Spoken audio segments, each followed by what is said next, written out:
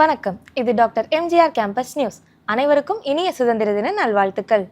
நாட்டின் உண்மையான பலம் என்பது அதன் எல்லையில் அல்ல, ஒவ்வொரு நாட்டு குடிமக்களின் தேசப்பற்றில் தான் உள்ளது என்ற அப்துல் கலாம் அவர்களின் வரிகளோடு இந்த வார செய்திகளை வாசிப்பது மாணவி பாவனா. மாணவி சோஃபியா.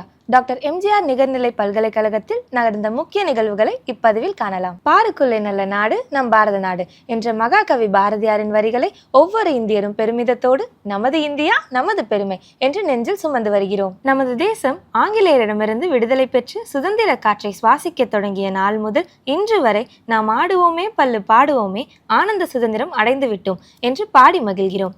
ஆம், இந்த 80வது சுதந்திர தினத்தை கோட்டை முதல் தெரு கோடி வரை தாயின் மணிக்கொடி பாரீர், அதை தாழ்ந்து பணிந்து புகழ்ந்திட வாரீர் என பாரதியின் பாடலுக்கேற்ப தேசிய கொடி ஏற்றி தேசிய கீதம் பாடி ஜெய்ஹிந்த் வந்தே மாதரம் என முழங்கி நமது சுதந்திர தினத்தை கொண்டாடி வருகிறோம். அந்த வகையில் டாக்டர் எம்ஜிஆர் நிகர்நிலை பல்கலைக்கழகத்தில் 80வது சுதந்திர தின விழா சிறப்பாக நடைபெற்றது.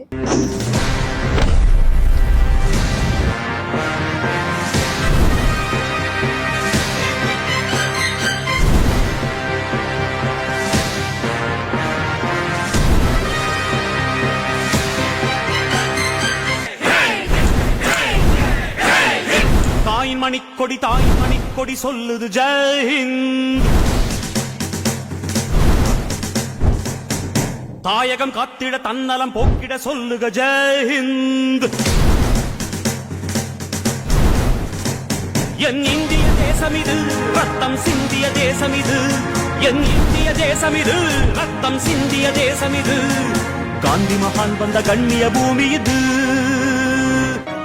ஆகஸ்ட் மாதத்திற்கும் சென்னைக்கும் ஒரு முக்கிய தொடர்பு உள்ளது.